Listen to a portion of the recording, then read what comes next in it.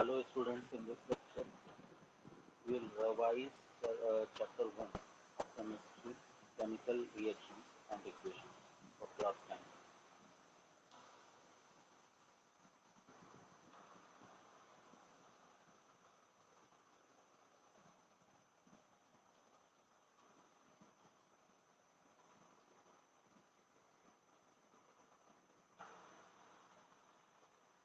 तो अगर हम बात करें कि केमिकल रिएक्शन क्या है, तो केमिकल रिएक्शन वो प्रोसेसेस हैं जिसमें कोई नया सब्सटेंस बनता है और नई प्रॉपर्टी के साथ बनता है।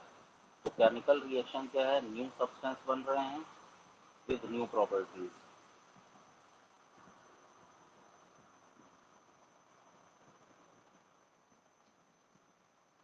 और ये कैसे होता है, ये होता है रीअरेंजमेंट ऑफ एटम्स से। जो रिएक्टिंग सब्सटेंस है उनके बीच में रीअरेंजमेंट होता है एटम्स का, और उससे ये नए सब्सटेंसेस नई प्रॉपर्टीज के साथ बनते हैं। किसी भी केमिकल रिएक्शन में एक एलिमेंट का जो एटम है वो कभी भी दूसरे एटम एलिमेंट के एटम में चेंज नहीं होगा, सिर्फ एक रीअरेंजमेंट होता है। और इस वजह से हम ये कह सकते हैं कि जो टोटल मास है रिएक्टेंट्स का और जो टोटल मास है प्रोडक्ट्स का, वो हमेशा किसी भी केमिकल रिएक्शन में इक्वल होता है। जो सब्सटेंसेस पार्टिसिपेट करते हैं किसी केमिकल रिएक्शन में उनको हम बोलते हैं रिएक्टेंट्स, और जो नए सब्सटेंस बनते हैं उनको हम कहते हैं प्रोडक्ट्स। और इसमें जो प्रोडक्ट बनेगा उसकी प्रॉपर्टीज रिएक्टेंट से अलग होती हैं। फॉर एग्जांपल मैग्नीशियम एक मेटल है, अगर हम इसकी रिएक्शन ऑक्सीजन के साथ करा दें, स्टीम के साथ, तो हम इसको बर्न कर रहे हैं, हीट प्रोवाइड कर रहे हैं, तो मैग्नीशियम ऑक्साइड गैस बनेगी, ठीक है, डेजलिंग वाइट फ्लेम के साथ। ये एक तरह से डेजलिंग वाइट फ्लेम जो होगी वो तो मैग्नीशियम की होगी, और दूसरा ये मैग्नीशियम ऑक्साइड एक वाइट कलर का पाउडर है, ये हमको दिखाई देगा जब वॉश ग्लास में हम चेक करेंगे। तो ये पढ़ चुके हो पहले।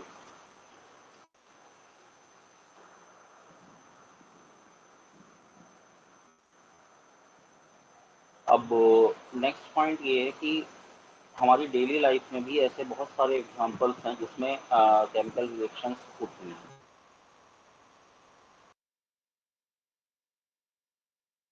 और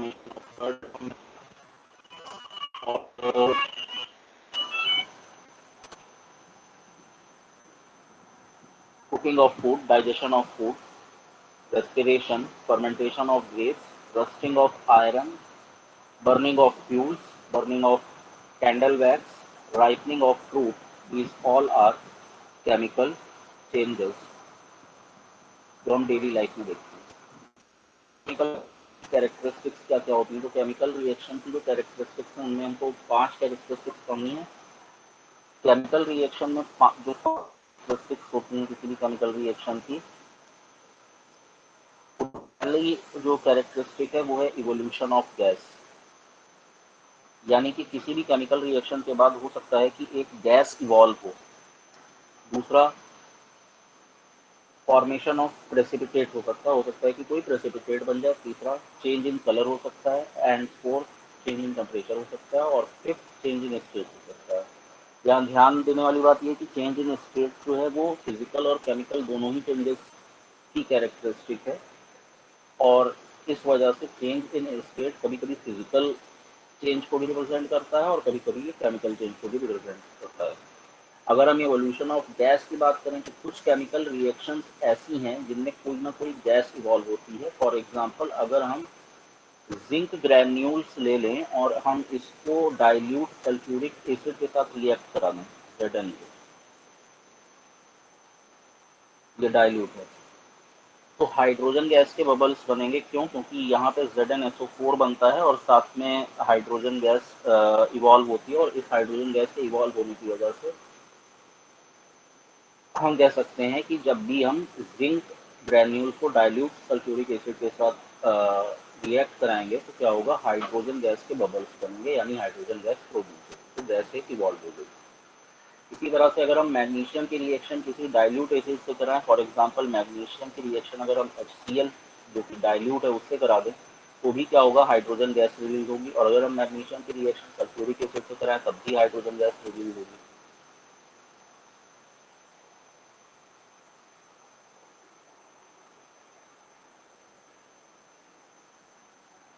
केमिकल रिएक्शन इसी तरह से अगर हम सोडियम कार्बोनेट और डाइल्यूट हाइड्रो क्लोरिक एसिड की कराएं तो भी कार्बन डाइऑक्साइड गैस इवॉल्व होती है। फॉर एग्जांपल अगर हम इसको लिखें रिएक्शन के फॉर्म में, सोडियम कार्बोनेट यानी Na2CO3, और इसको हम रिएक्ट करा देते हैं डाइल्यूट हाइड्रोक्लोरिक एसिड से यानी HCl के साथ,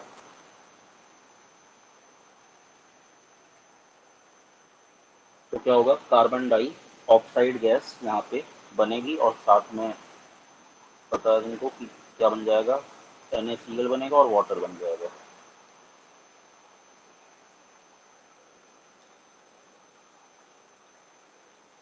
प्रेसिपिटेट क्या होता है? नेक्स्ट कैरेक्टरिस्टिक है फॉर्मेशन ऑफ प्रेसिपिटेट। अब प्रेसिपिटेट के पास क्या, तो प्रेसिपिटेट होता है कोई भी ऐसा सॉलिड प्रोडक्ट जो कि किसी सॉल्यूशन से अलग हो जाए किसी केमिकल रिएक्शन में। कुछ केमिकल रिएक्शंस में प्रेसिपिटेट्स बनते हैं। फॉर एग्जांपल अगर हम पोटेशियम आयोडाइड के सॉल्यूशन को ऐड करें लेड नाइट्रेट के सॉल्यूशन में,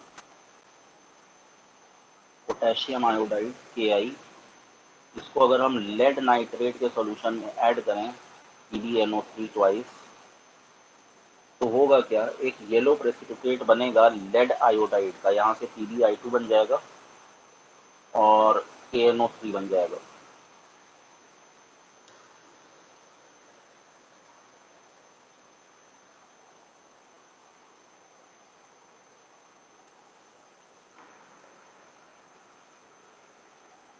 और ये लेड आयोडाइड जो है वो येलो कलर का होता है, इसका कलर येलो होता है, ये याद रखना। यानी कि यहाँ पे एक येलो कलर का प्रेसिपिटेट बन गया। अब हम एक दूसरा एग्जांपल ले लेते हैं। फॉर एग्जांपल अगर हम डाइल्यूट सल्फ्यूरिक एसिड को बेरियम क्लोराइड सॉल्यूशन में ऐड करें तो एक वाइट प्रेसिपिटेट बनेगा बेरियम सल्फेट का। बेरियम क्लोराइड सॉल्यूशन है हमारे पास BaCl2, और इसकी रिएक्शन अगर हम करा दें सल्फ्यूरिक एसिड के साथ, डाइल्यूट सल्फ्यूरिक एसिड के साथ जब भी हम इसकी रिएक्शन कराएंगे क्या होगा, ये BaSO4 बन जाएगा और साथ में HCl बन जाएगा। तो ये क्या है, ये एक प्रेसिपिटेट बनेगा। क्यों? ये सॉलिड है, ठीक है, और इसका कलर क्या होगा, वाइट, वाइट कलर का ये बेरियम सल्फेट फॉर्म हो जाएगा। थर्ड कैरेक्टरिस्टिक है चेंज इन कलर। कुछ केमिकल रिएक्शंस में कलर चेंज होता है। फॉर एग्जांपल अगर हम सिट्रिक एसिड की रिएक्शन पोटेशियम परमैग्नेट सॉल्यूशन से कराएंगे तो पोटेशियम परमैग्नेट है वो होता है पर्पल कलर का, तो वो चेंज हो जाएगा कलर कलर से कलरलेस में, यानी कि कलर खत्म हो जाएगा। इस तरह से यहाँ पे हम देख रहे हैं कि चेंज इन कलर हो गया तीसरा। इसके अलावा एक और एग्जांपल अगर हम चेंज इन कलर का लें तो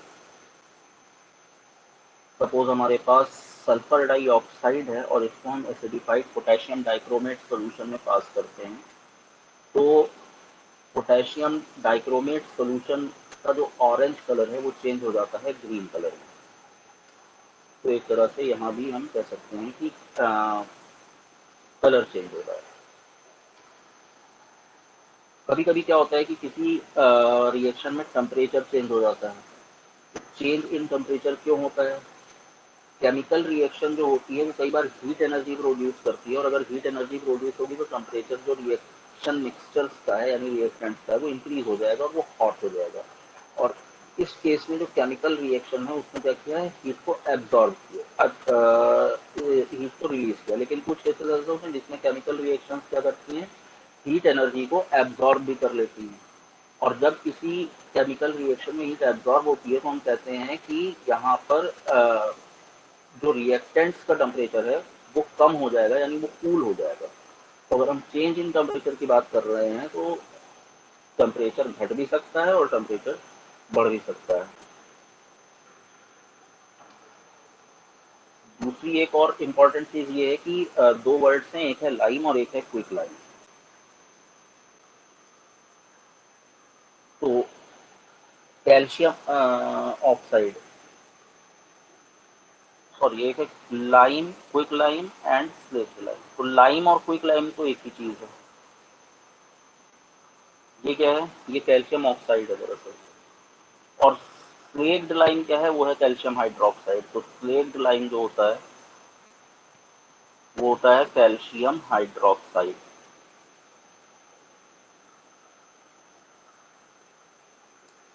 अब चेंज इन टेम्परेचर की हम बात करते हैं। फॉर एग्जांपल अगर हम क्विक लाइम को रिएक्ट कराएं वाटर के साथ तो स्लेक्ड लाइम बनता है, और इस रिएक्शन में बहुत एनॉर्मस अमाउंट में एनर्जी हीट एनर्जी रिलीज होती है। तो CaO की अगर हम रिएक्शन करा दें वाटर से तो ये बनेगा कैल्शियम हाइड्रोक्साइड और प्लस हीट, और ये काफ़ी ज़्यादा हीट होती है।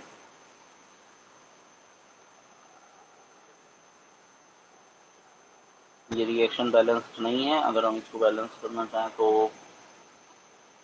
उधर कैल्शियम एक है, यहाँ कैल्शियम एक है, ऑक्सीजन यहाँ पे दो है टोटल, यहाँ पे दो है, ठीक है।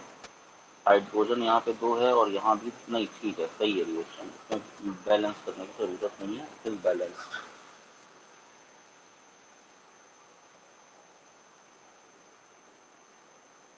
इसके पहले हमने जो जिंक ग्रैन्यूल्स वाली रिएक्शन देखी थी तो उसमें भी क्या होता है कि हीट रिलीज होती है। कोई भी ऐसी केमिकल रिएक्शन जिसमें हीट रिलीज हो रही है उसको हम एक्सोथर्मिक रिएक्शन बोलते हैं। एक्सोथर्मिक रिएक्शन में क्या होगा, टेम्परेचर हमेशा बढ़ेगा।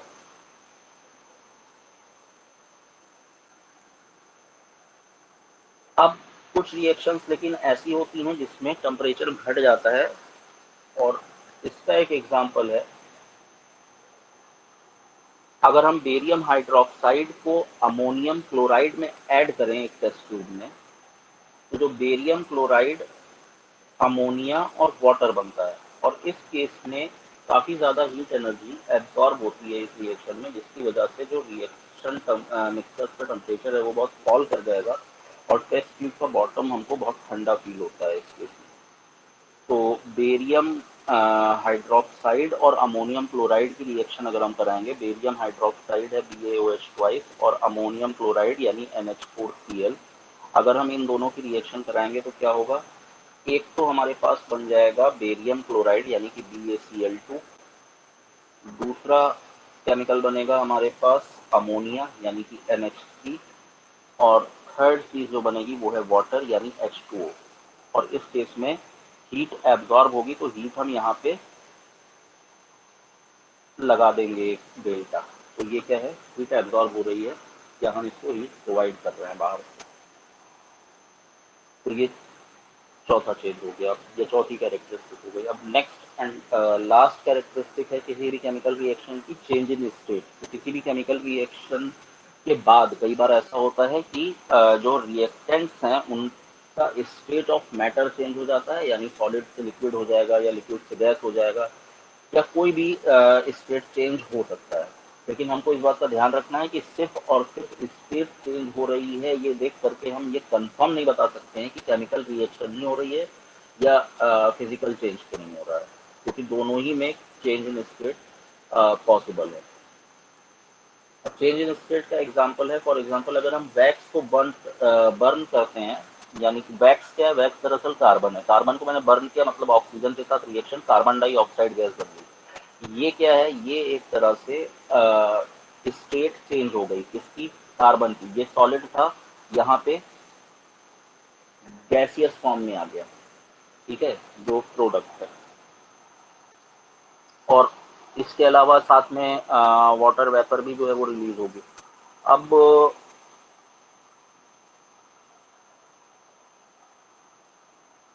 कई सारी केमिकल रिएक्शंस ऐसी भी हो सकती हैं जो एक से ज़्यादा कैरेक्टरिस्टिक्स को शो करें। फॉर एग्जांपल जो हमने जिंक ग्रैन्यूल्स और डाइल्यूट सल्फ्यूरिक एसिड वाली रिएक्शन देखी थी, उसमें दो दो कैरेक्टरिस्टिक्स हैं, एक तो एक गैस भी इवॉल्व हो रही है, दूसरा टेम्परेचर में भी चेंज हो रहा है। इसी तरह पोटेशियम आयोडाइड सोल्यूशन और लेड नाइट्रेट सोल्यूशन वाली जो रिएक्शन थी उसमें दो कैरेक्टरिस्टिक हैं, प्रेसिपिटेट भी बन रहा है और कलर भी चेंज हो रहा है। और केमिकल इक्वेशन क्या होती है, वो मेथड जिससे हम किसी केमिकल रिएक्शन को सिंबल्स और फॉर्मूले की हेल्प से रिप्रेजेंट कर सकते हैं उसको हम बोलते हैं केमिकल इक्वेशन। जो सब्सटेंसेस कंबाइन होते हैं या रिएक्ट करते हैं उनको हम रिएक्टेंट्स बोलते हैं, जो बनते हैं उनको हम प्रोडक्ट बोलते हैं। अब केमिकल इक्वेशंस जो होती हैं वो दो तरह की हो सकती हैं, balanced chemical equations and unbalanced chemical equations. Balanced chemical equations में जितने रिएक्टेंट में नंबर ऑफ एटम है किसी एलिमेंट के, उतने ही प्रोडक्ट साइड में भी होंगे। रीजन मैंने पहले ही बताया था कि किसी भी केमिकल रिएक्शन में अचानक से कोई नया सब्सटेंस नहीं बन जाता है, होता क्या है कि एटम्स के बीच में रीअरेंजमेंट होता है। तो किसी एलिमेंट का एटम किसी दूसरे एलिमेंट के एटम में नहीं कन्वर्ट होता है। अगर कार्बन और ऑक्सीजन यहाँ है तो प्रोडक्ट साइड में भी मुझको कार्बन और ऑक्सीजन ही दिखेगा, और उतना ही दिखेगा जितना रिएक्टेंट साइड पर है, ना कम ना ज्यादा। तो इस केस में हम ये कह सकते हैं कि जो नंबर ऑफ एटम्स होते हैं रिएक्टेंट और प्रोडक्ट साइड में वो इक्वल होते हैं, किसमें, बैलेंस केमिकल इक्वेशन में। नॉर्मली हम कई बार जो इक्वेशंस लिखते हैं वो बैलेंस्ड नहीं होती हैं अगर, तो हम उनको बैलेंस करते हैं। फॉर एग्जांपल अगर मैंने लिखा H2 plus O2 gives out H2O, यहाँ पे हाइड्रोजन और ऑक्सीजन मिलकर के वाटर बना रहा है, लेकिन हाइड्रोजन यहाँ पे दो है, यहाँ तो दो है, ठीक है। ऑक्सीजन यहाँ दो है, यहाँ एक ही है, फिर ऐसा नहीं पॉसिबल है। तो ऑक्सीजन को दो करने के लिए हमने यहाँ पे टू लगा दिया, लेकिन अब क्या हुआ, हाइड्रोजन यहाँ पे चार हो गया, तो फिर यहाँ पे टू लगाना जरूरी है। तो ये हो गई बैलेंस्ड और अनबैलेंस्ड केमिकल इक्वेशन। बैलेंस कैसे करेंगे, तो बैलेंस करते टाइम हमको इस चीज़ का ध्यान रखना होता है कि हम सफिक्स में कोई चेंज नहीं कर सकते हैं।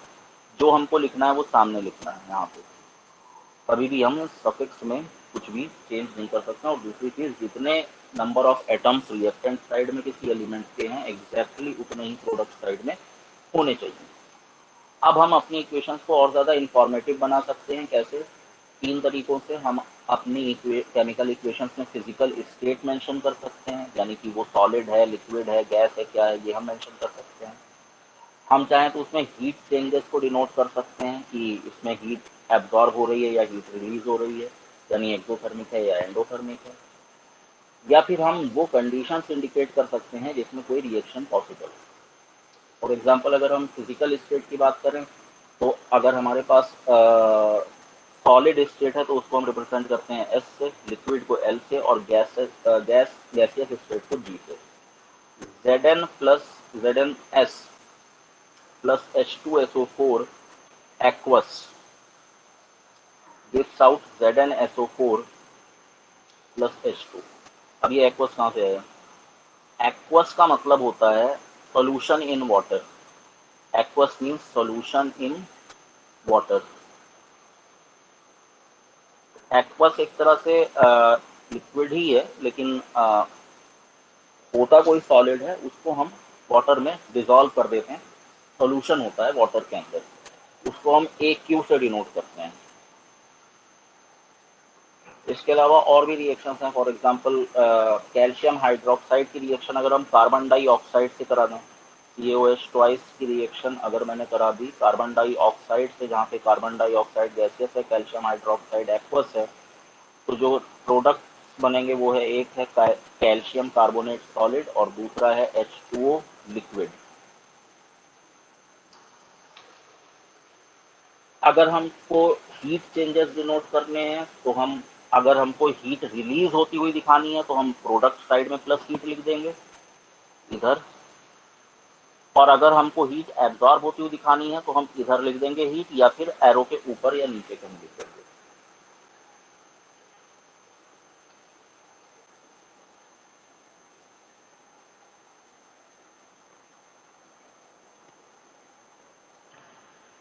इसके बाद नेक्स्ट है, अगर हमको कोई कंडीशन इंडिकेट करनी है, तो कंडीशन का मतलब हो गया कि हमको ये बताना है कि कोई कैटलिस्ट यूज हुआ है, या कितने टेम्परेचर पे रिएक्शन हो रही है, कितने प्रेशर पे हो रही है।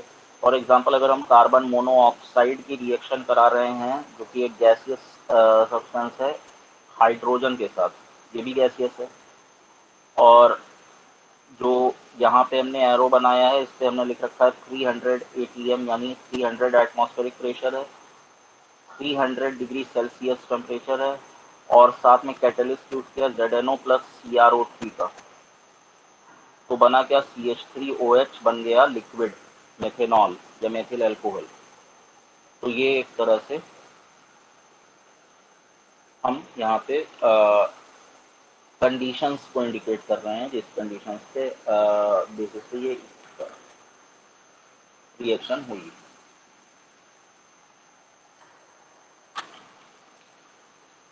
नेक्स्ट,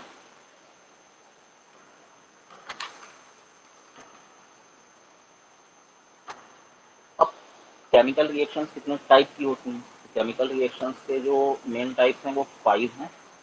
और भी टाइप्स होते हैं लेकिन अभी फिलहाल तुमको 5 पढ़ने। 5 टाइप्स में एक है combination types of chemical reaction में, दूसरा डिकम्पोजिशन, फिर तीसरा है डिस्प्लेसमेंट, फोर्थ है डबल डिस्प्लेसमेंट, और फिफ्थ है रिडॉक्स रिएक्शन। अब हम एक एक करके इनको कॉम्बिनेशन रिएक्शन में क्या होगा, दो या दो से ज्यादा सब्सटेंसेस मिलकर के कोई एक प्रोडक्ट बना देंगे तो हम उसको कॉम्बिनेशन रिएक्शन बोलते हैं। For example magnesium solid plus oxygen gas gives out magnesium oxide gas. ये क्या है, कॉम्बिनेशन रिएक्शन है। क्यों? क्योंकि यहाँ पर दो सब्सटेंस कंबाइन होकर के एक सब्सटेंस बना रहे हैं। इसी तरह से H2 plus O2 gives out H2O। दो सब्सटेंसेस मिलकर के एक सब्सटेंस बना रहे हैं। ये गैसियस है, ये गैसियस है, ये लिक्विड है। तो ये चेंज इन स्टेट को भी हमने यहाँ पे शो कर रखा है। इसी तरह से कार्बन की रिएक्शन ऑक्सीजन से हम करा सकते हैं। हाइड्रोजन की क्लोरीन से कराने पर HCl बनता है, वो भी कॉम्बिनेशन रिएक्शन है। आयरन की रिएक्शन सल्फर से कराएंगे तो आयरन सल्फेट बनेगा, सॉरी आयरन सल्फाइड बनेगा, वो भी एक कॉम्बिनेशन रिएक्शन है। और अगर हम कैल्शियम ऑक्साइड की रिएक्शन वाटर के साथ कराएंगे तो कैल्शियम हाइड्रोक्साइड जो भी बना था, हमने पहले देखा भी था कि क्विक लाइम में वाटर ऐड करने से वो क्विक लाइम बन जाता है, तो वो एक तरह की कॉम्बिनेशन रिएक्शन है।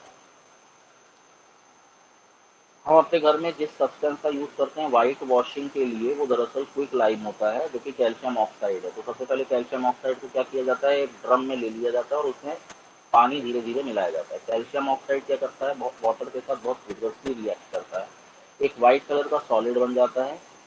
किसका, कैल्शियम हाइड्रोक्साइड या स्लेक्ड लाइम का। और साथ में हीट बहुत ज़्यादा इवॉल्व होती है। फिर और ज़्यादा वाटर ऐड किया जाता है कैल्शियम हाइड्रोक्साइड सोल्यूशन ऑब्टेन करने के लिए। अब ये जो कैल्शियम हाइड्रोक्साइड सोल्यूशन है, इसको हम बॉल्स पर अप्लाई कर देते हैं हाउस की ब्रश के थ्रू। अब ये कैल्शियम हाइड्रोक्साइड सोल्यूशन जब बॉल्स पर अप्लाई कर दिया जाता है तो वो धीरे धीरे एटमॉस्फेयर में जो कार्बन डाइऑक्साइड गैस होती है उसके साथ रिएक्ट करते हैं और एक थिन शाइनिंग लेयर बना देता है कैल्शियम कार्बोनेट। तो जो कैल्शियम हाइड्रोक्साइड या स्लेक्ड लाइम बना था उसका काम क्या है, अगर हम उससे वाइट वॉशिंग कर रहे हैं तो कैल्शियम हाइड्रोक्साइड जो कि एक्वस है, इसमें ये रिएक्ट करेगा एटमॉस्फेयर की कार्बन डाइऑक्साइड गैस से और कैल्शियम कार्बोनेट बना देगा साथ में वाटर। तो ये शाइनी लेयर बन जाती है कैल्शियम कार्बोनेट की, यही चीज शाइन करती है।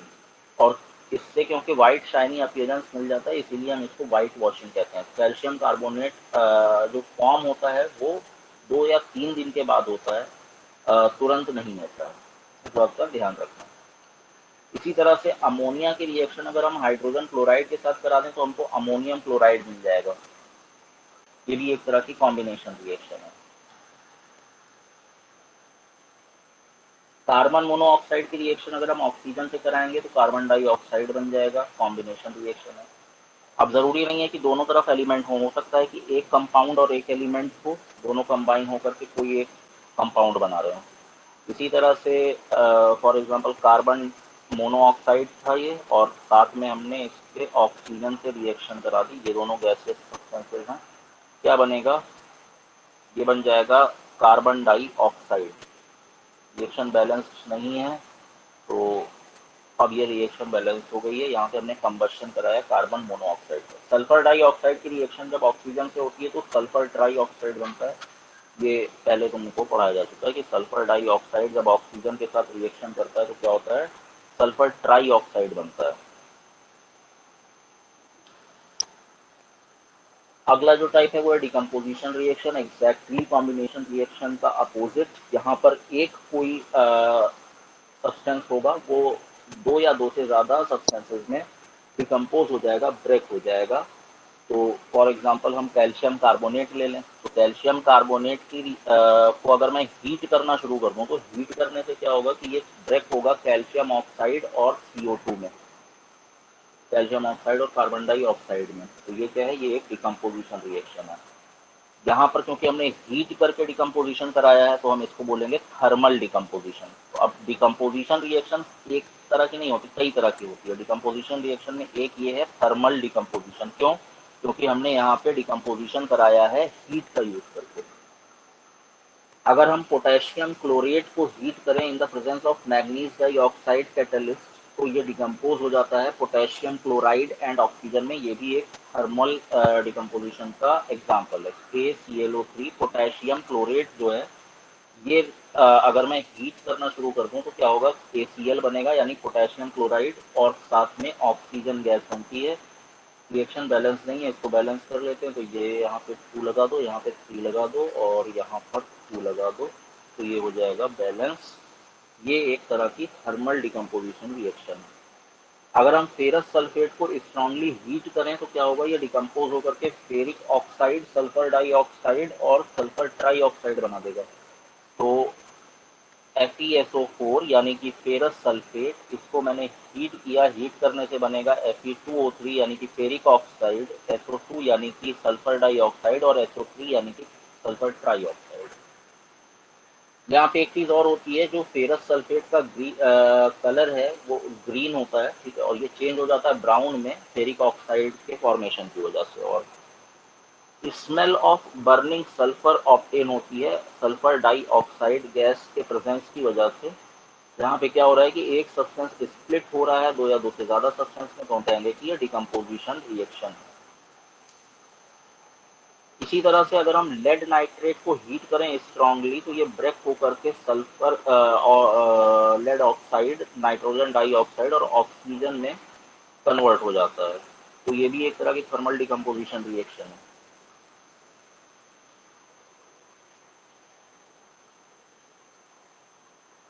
अगर हम डिकम्पोजिशन रिएक्शंस की बात करें तो कुछ रिएक्शंस ऐसी होती हैं जो इलेक्ट्रिसिटी की वजह से भी हो सकती है डिकम्पोजिशन रिएक्शन। फॉर एग्जांपल, अगर हम एसिडिफाइड वाटर में इलेक्ट्रिक करंट पास कर दें तो क्या होगा कि जो वाटर है वो ब्रेक हो जाएगा हाइड्रोजन और ऑक्सीजन में, जिसको हम इलेक्ट्रोलिसिस बोलते हैं। यानी कि मेरे पास वाटर था, मैंने क्या किया, इलेक्ट्रिसिटी पास कर दी। तो इलेक्ट्रिसिटी पास करने से क्या होगा, ये H2 और O2 में ब्रेक हो जाएगा। तो ये 2H2O बनेगा और यहाँ पे 2H2 और एक O2 बनेगा। तो ये एक तरह से इलेक्ट्रिकल डिकम्पोजिशन हो गया या इलेक्ट्रिक डिकम्पोजिशन हो गया। इसको हम इलेक्ट्रोलिसिस भी बोलते हैं। इलेक्ट्रिक करंट अगर हम किसी मेटल का जो मॉल्टन फॉर्म है उससे पास कर दें तो भी वो डिकम्पोज हो जाएगा अपने मेटल और उसके सॉल्ट में। फॉर एग्जांपल, अगर मेरे पास NaCl है, सोडियम क्लोराइड नमक, सीधे अगर मैं इलेक्ट्रिसिटी पास करूं तो क्या होगा कि ये डिकम्पोज हो जाएगा NaCl Na और Cl2 में। तो ये 2 कर लो, ये 2 कर लो।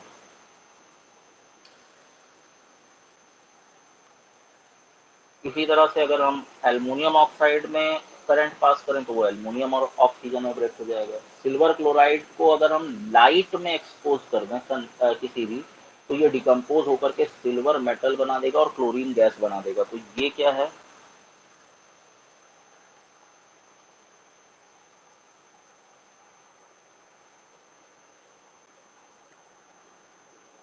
फॉर एग्जाम्पल हमारे पास सिल्वर क्लोराइड है AgCl, और मैंने क्या किया, लाइट प्रोवाइड कर दी इसको। तो क्या होगा, सिल्वर बन जाएगा और क्लोरीन बन जाएगा। तो ये 2Ag हो गया और ये Cl2 हो गया। ये है डिकम्पोजिशन बाई लाइट। तो हमने देखा डिकम्पोजिशन हम कई तरह से करा सकते हैं। थर्मल डिकम्पोजिशन हो सकता है, इसके अलावा हम इलेक्ट्रिकल डिकम्पोजिशन करा सकते हैं, डिकम्पोजिशन बाई लाइट हम कर सकते हैं। अब इनका यूज कहाँ होता है डिकम्पो, अच्छा एक चीज और याद रखना कि जो सिल्वर ब्रोमाइड होता है उसका डिकम्पोजिशन जब हम कराते हैं तो सिल्वर बनता है और ब्रोमीन बनता है। और ये रिएक्शन यूज की जाती है ब्लैक एंड व्हाइट फोटोग्राफी में। ध्यान रखना है कि सिल्वर ब्रोमाइड का जो डिकम्पोजिशन है, ये वाली रिएक्शन AgBr है अगर, और इसको मैंने डिकम्पोज कराया तो बनेगा 2AgBr, यहाँ ले लो 2Ag प्लस Br2। इसका यूज होता है ब्लैक एंड व्हाइट फोटोग्राफी में। अब तो खैर सब नहीं यूज होता है, लेकिन पहले होता था। यूज कहाँ है, तो इसका यूज हम करते हैं अगर मान लो इलेक्ट्रिसिटी वाला जो डिकम्पोजिशन हमने देखा था, इलेक्ट्रिक डिकम्पोजिशन, उसका यूज किया जाता है अलग अलग जो मेटल्स के ओर्स हैं उनमें से उन मेटल्स को एक्सट्रैक्ट करने में। कैसे, जो फ्यूज्ड मेटल है, मेटल सॉल्ट होता है, जैसे मेटल क्लोराइड हो गया या मेटल ऑक्साइड हो गया, उसको हम डिकम्पोज करते हैं इलेक्ट्रिसिटी पास करके, तो मेटल जो होता है वो कैथोड पर आ जाता है। ध्यान रखना, मेटल जो है वो जाएगा कहाँ हमेशा, कैथोड पर। क्यों कैथोड पर जाएगा, उसका रीजन ये है कि कैथोड जो होता है वो निगेटिव इलेक्ट्रोड होता है, और जो मेटल होता है वो हमेशा पॉजिटिव चार्ज बनाएगा, तो इसलिए मेटल हमेशा कैथोड पे ही जाएगा।